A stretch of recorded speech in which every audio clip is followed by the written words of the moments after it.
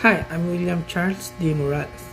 I'm gonna tell you the executive summary of the Polybius case study. The urban legend of Polybius is a mysterious arcade game that allegedly appeared in Portland, Oregon in 1981. According to the legend, the game was developed by the government to experiment on players' minds and induce hallucinations, nightmares, and even suicidal tendencies.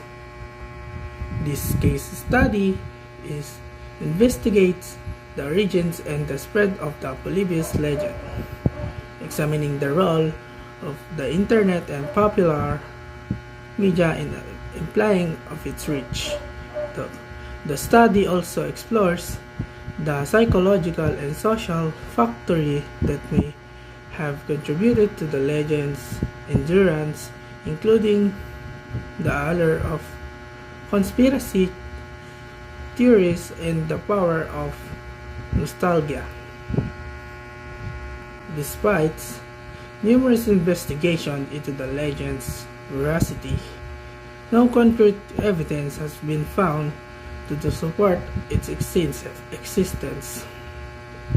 However, the myth continues to capture the imagination of gamers and conspiracy theorists alike, serving as a cautionary tale about the dangers of blindly accepting rumors and legends without critical examination.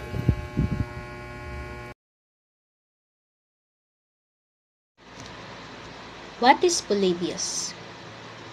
Polybius is allegedly an arcade game that occupied soda-strained rugs of Portland arcades in 1981.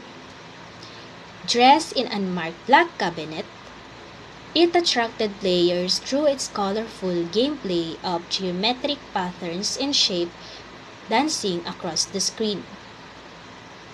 The legend goes that, upon pressing start, unsuspecting players quickly became addicted, resulted in some horrible physical and mental effects, including seizures, hallucination, amnesia, night terrors, and bunch of undesirable effects. They also reported men in black suits downloading data from the cabinets to get specific insight on the people who played it. One theory was the government created the Polybius to find qualified soldiers and advanced thinkers who assumed would be recruited during the Cold War.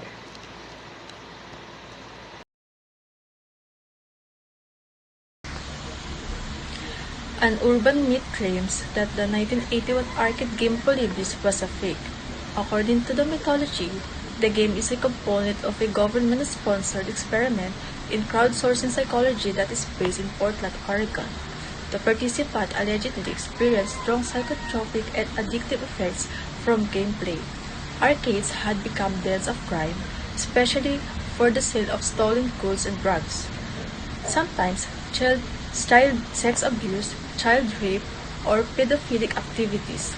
But apart from this, there is nothing to support the existence of Polybius. Everything would indicate that it would be something on a small scale in the most optimistic case and without any relation to the United States government. Unfortunately, as soon as you think a little about this machine, everything indicates that it did not exist.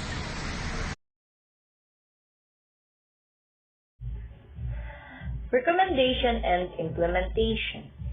Due to a lot of people getting addicted to Polybius or other games, we could implement rules that will prevent addiction. I will now list down some couple of rules that we can recommend to prevent game addiction and how to implement them. Rules. Number 1. Age restriction, parental consent, and supervision. Implementation. A parent should be with their son or daughter when playing a game and they should be supervised them while playing games. Number 2, having a set amount of time on playing to prevent addiction.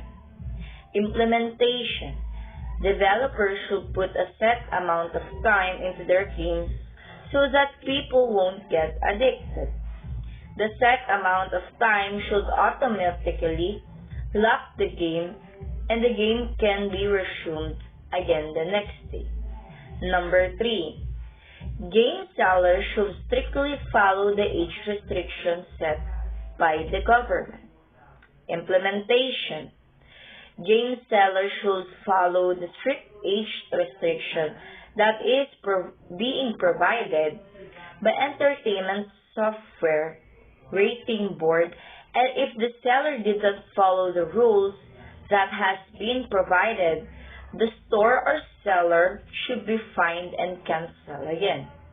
And lastly, number 4, tighter restriction on amusement arcades. Implementation.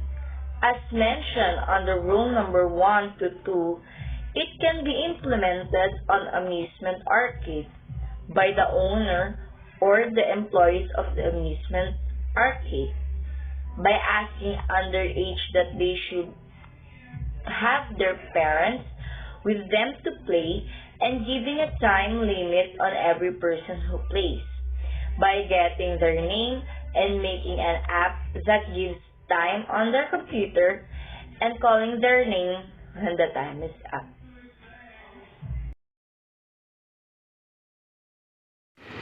In conclusion, the urban legend about the mysterious game Polybius is nothing more than just a myth. The result of our case study shows that the Polybius is really just an urban legend and not really real. We found a lot of evidence that is capable of debunking against all of the argument that can be brought up about the Polybius. There is not enough evidence as well that can lead us to proving the urban legend was real and really did exist.